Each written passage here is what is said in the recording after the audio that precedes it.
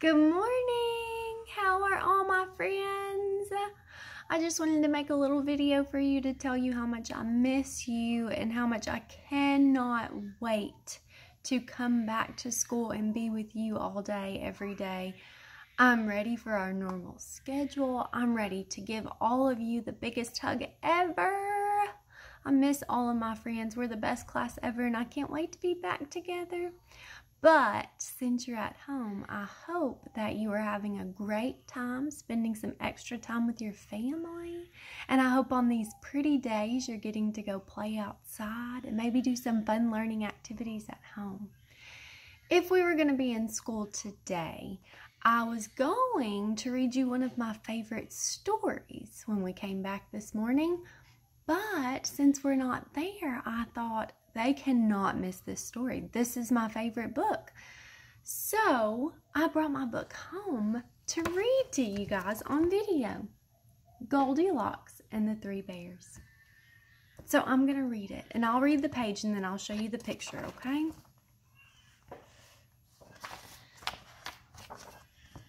The pictures are my favorite in this story.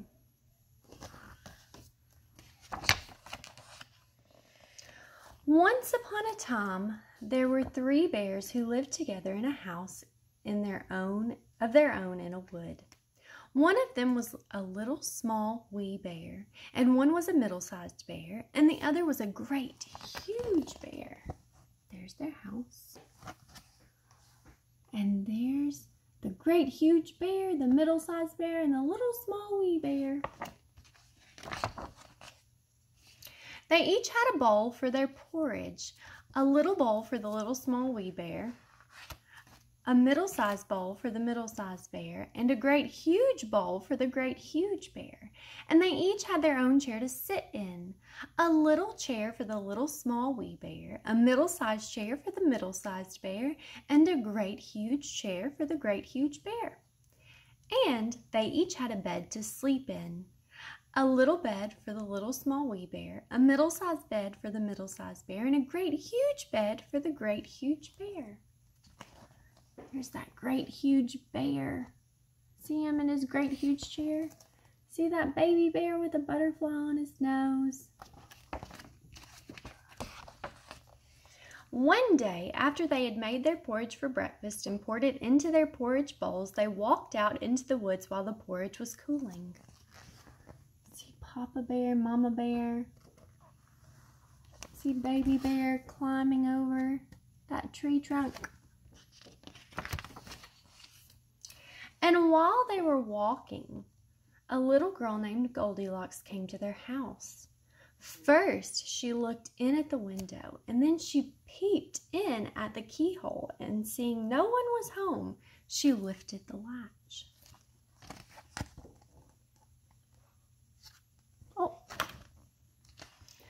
The door opened before her and she went in. She saw lots of cool stuff in that house, didn't she? How pleased Goldilocks was when she saw the steaming porridge on the table. The sweet smell of the porridge with the roasted nuts, honey, and berries filled the room. It was so tempting that Goldilocks set about helping herself. First, she tasted the porridge of the great huge bear, but it was too hot. Then she tasted the porridge of the middle-sized bear, but it was too cold. And then she tried the porridge of the little small wee bear, and it was neither too hot nor too cold. It was just right. She liked it so much that she ate it all up.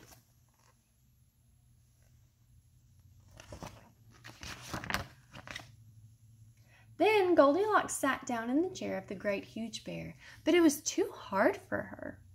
Then she sat down in the chair of the middle-sized bear, but it was too soft for her. And then she sat down in the chair of the little small wee bear, and this chair was neither too hard nor too soft, but just right. So Goldilocks seated herself in it, and there she sat until the bottom of the chair gave way, and down she came, plump on the floor. Oh no! Then Goldilocks went upstairs to the bedroom in which the three bears slept. First, she lay down upon the bed of the great huge bear, but it was too high at the head for her. Next, she lay down upon the bed of the middle-sized bear, but that was too high at the foot for her. Then she lay down upon the bed of the little small wee bear, and that was neither too high at the head nor too high at the foot, but just right. So she covered herself up comfortably and went to sleep.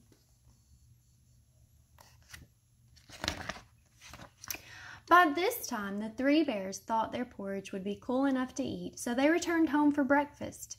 Now Goldilocks had left the spoon of the great huge bear standing in the porridge. "Somebody has been at my porridge," said the great huge bear in his great rough, gruff voice. And when the middle-sized bear looked at hers, she saw the spoon was standing in it too. "Somebody's been in my porridge," said the middle-sized bear in her middle-sized voice. Then the little small wee bear looked at his bowl, and the spoon was in the porridge bowl, but the porridge was all gone. "Somebody has been in my porridge and has eaten it all up," said the little small wee bear in his little small wee voice. "Aww, I bet he's hungry." Upon this, the three bears, seeing that someone had entered their house and eaten up little small wee bear's breakfast, began to look about them. Now Goldilocks had not put the hard cushion straight when she rose from the chair from the great huge bear. "Somebody has been sitting in my chair," said the great huge bear in his great rough, gruff voice. And Goldilocks had crumpled the soft cushion of the middle-sized bear. "Somebody has been sitting in my chair," said the middle-sized bear in her middle-sized voice. And you know what Goldilocks had done to the third chair. "Somebody's been sitting in my chair and has sat the bottom right out of it," said the little small wee bear in his little small wee voice. Oh, he's so sad. Then the bears thought it necessary that they should make a further search, so they went upstairs to their bedroom. Now Goldilocks had pulled the pillow off the great huge bear, the pillow of the great huge bear out of its place.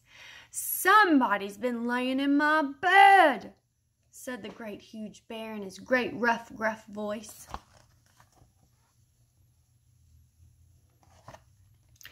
And Goldilocks had pulled the cover of the middle-sized bear out of its place. "Somebody has been lying in my bed," said the middle-sized bear. And then the little small wee bear came to look at his bed. There was Goldilocks sleeping peacefully, her long, shiny braids spread across his pillow. Little small wee bear just stared at her for a moment and didn't say anything. But then he cried, "Somebody has been lying in my bed, and here she is."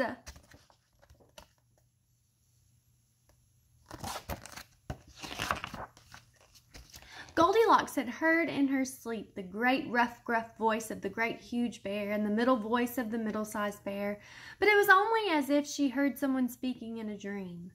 But when she heard the little small wee voice of the little small wee bear, it was so sharp and so shrill and so like her own that it awakened her at once. Oh no, I would be scared if I woke up to three bears. Oh no.